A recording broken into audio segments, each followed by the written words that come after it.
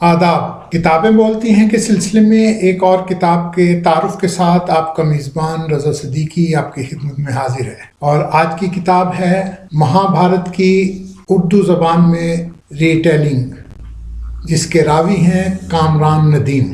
کتاب ہے مہابھارت، جس کو اپنی زبان میں تحریر کیا ہے کامران ندیم نے۔ کہتے ہیں کہانیاں، کتھائیں اور داستانیں تاریخ کے دھارے بدل دیتی ہیں۔ یونانی بادشاہ الیگزینڈریا سکندر کو دنیا سکندر اعظم کہتی ہے۔ اس کی وجہ یہ ہے کہ اس نے بہت ہی کم عمر میں یورپ سے ایشیا تک اپنی سلطنت قائم کر لی تھی۔ سکندر کے عظیم بننے اور کامیابی حاصل کرنے میں اس کے استاد ارسطو کی تعلیم کو کلیدی حیثیت حاصل ہے۔ کیا آپ جانتے ہیں کہ ارسطو نے سکندر کو کیا سکھایا؟ ارسطو نے سکندر کو ایک کہانی سنائی تھی، اور یہ کہانی حقیقت اور افسانے کی آمیزش سے تیار کی گئی تھی۔ یہ کہانی ٹرائے کی جنگ کی کہانی تھی، جس کا یونانی شاعر ہومر نے اپنی رمزیہ ایلیڈ میں مفصل ذکر کیا ہے۔ یہ کہانی ٹرائے کی جنگ کی کہانی تھی، جس کا یونانی شاعر ہومر نے اپنی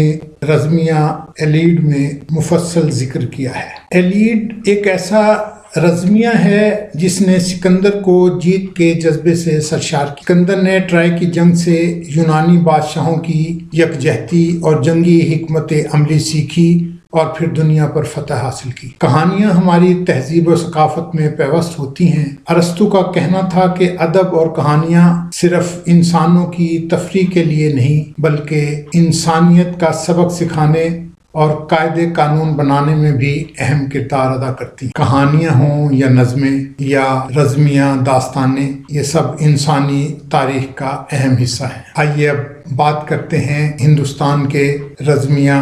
عالمی ادب میں مہابھارت کے منظوم رزمیہ کو جو اہمیت حاصل ہے، اس سے ہر صاحب ذوق واقف ہے۔ اس مصنوی کو بجا طور پر دنیا کی چند غیر فانی منظومات میں شمار کیا جاتا ہے۔ مہابھارت میں بھی خیر و شر کی اسی ابدی و ازلی مارکہ آرائی کی ترجمانی نہایت دلاویز اور ڈرامائی انداز کے ساتھ کی گئی ہے، جسے دنیا کے زندہ جاوید شعر و ادب میں طرح طرح سے پیش کیا گیا ہے۔ سینکڑوں صدیوں سے یہ منظومہ کروڑوں انسانوں کے دلوں کو گرماتا اور روحوں کو برکاتا رہا ہے۔ دنیا کی کوئی ایسی زبان نہیں جس میں اس لازوال مصنوی کو ترجمہ نہ کیا گیا ہو۔ اردو میں بھی مہابھارت کو نثر و نظم دونوں صورتوں میں منتقل کیا گیا ہے، لیکن یہ ایک ایسی لذیذ حکایت ہے جسے بار بار دہرانے کے باوجود تاثیر اور لذت میں کمی نہیں آتی۔ ہندوستان کے معروف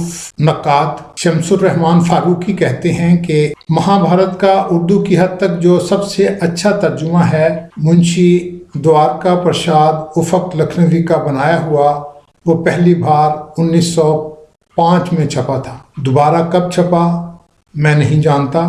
نوکشور پریس سے ایک دو ترجمے اور نکلے، لیکن وہ بھی اب نایاب ہیں۔ ان کا کہنا ہے کہ علامہ اقبال کے بارے میں پڑھا کہ وہ مہابھارت کے فارسی ترجمے سے مطمئن نہ تھے۔ اس ترجمے پر فیضی کا نام ہے۔ فیضی کے ترجمے میں ترجمہ در ترجمہ کی کیفیت تھی۔ بہرحال ایک بار علامہ اقبال نے سرکش پرساد شاد کو لکھا تھا کہ یہ میری بڑی تمنا ہے کہ میں مہابھارت کا ترجمہ خود کروں۔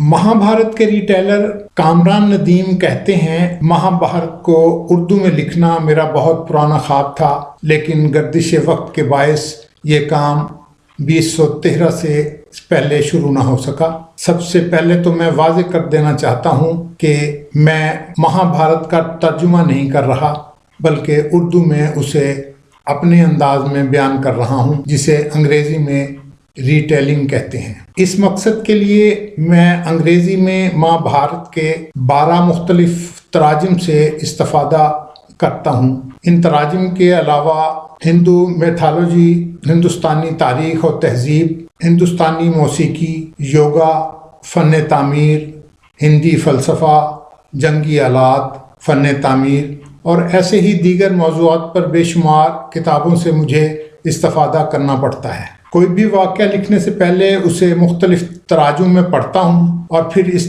واقعے کو اپنے تخیل کے زور پر اپنے الفاظ میں بیان کرتا ہوں۔ اس تمام لسانی سعی کا مقصد یہ ہے کہ داستان میں ہندوستانی تہذیب اور ثقافت کا تخصیصی ذائقہ واضح طور پر محسوس کیا جا سکے۔ کوشش کی گئی ہے کہ نثر خاص طور پر بیانیہ شاعرانہ ہو۔ کوشش ہے کہ مہابھارت کو داستان، جیسا کہ یہ داستان کی شکل میں لکھی گئی، اس کی بجائے ناول کے انداز میں لکھا جائے، جس میں پلاٹ کی کشش، مکالمے، منظر کشی، کرداروں کی شخصی نشو و نما واضح نظر آئے۔ اس کے علاوہ مکالمات کی ادائیگی میں دلچسپی، برجستگی اور تجسس برقرار رکھنے کے لیے ڈرامے کی تکنیک کو بھی استعمال کیا گیا ہے۔ اس کے علاوہ ایک بات اور بتا دوں کہ بیانیہ میں بصری اثرات کے ذریعے کوشش کی گئی ہے کہ پڑھنے یا سننے والا اسے اپنے تصور کے پردے پر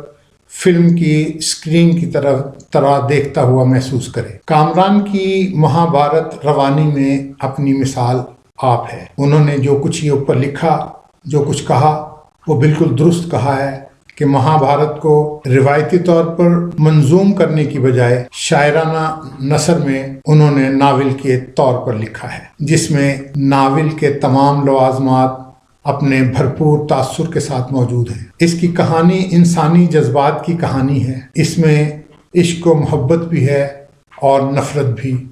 یہ رزم بھی کی داستان بھی ہے اور بزم کی بھی۔ اس میں انسانوں کے کارناموں کا ذکر بھی ہے اور ان کی ناکامیوں کا ماجرا بھی۔ کامران ندیم نے مہابھارت کو ایک نیا رنگ، نیا ڈھنگ اور نیا اسلوب عطا کیا ہے۔ مہابھارت کہانیوں کی کہانی ہے۔ اس میں بہت ساری کہانیوں کا ربط موجود ہے، بہت ساری کہانیاں ایک بڑی کہانی میں جمع ہوتی ہیں۔ کامران ندیم کا تعلق پاکستان سے ہے، وہ یہیں پلے بڑھے، راولپنڈی میں ان کی رہائش تھی۔ ان کے گھرانہ ایک علمی ادبی گھرانہ تھا۔ یہ شاعری بھی کرتے رہے ہیں۔ پھر ایسا ہوا کہ یہ امریکہ منتقل ہو گئے۔ وہاں انہوں نے اپنے آپ کو بطور شاعر، بطور ترجمہ نگار اور ادیب کے طور پر وہاں کے ادبی حلقوں میں اپنے آپ کو منوایا، لیکن ان کی خواہش، جیسا کہ انہوں نے خود کہا کہ وہ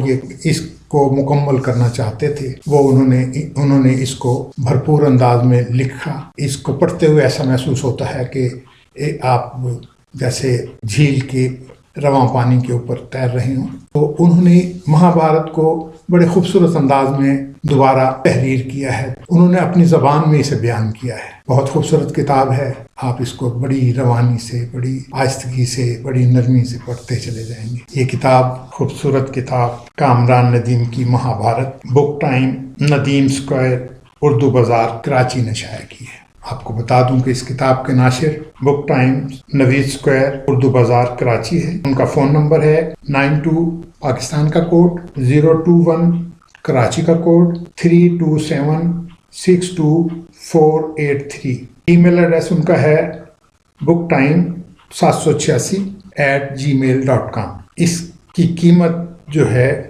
وہ 900 روپے ہے اور یہ 2020 کی پہلی کتاب ہے جس کا تعارف ہم آپ کی خدمت میں پیش کر رہے ہیں۔ نئے سال کی مبارکباد اور نئے سال کی پہلی کتاب جس کا تعارف ہم آپ کی خدمت پہ پیش کر رہے ہیں۔ ہمارا ماننا ہے کہ کتاب کلچر کو فروغ دیا جانا چاہیے۔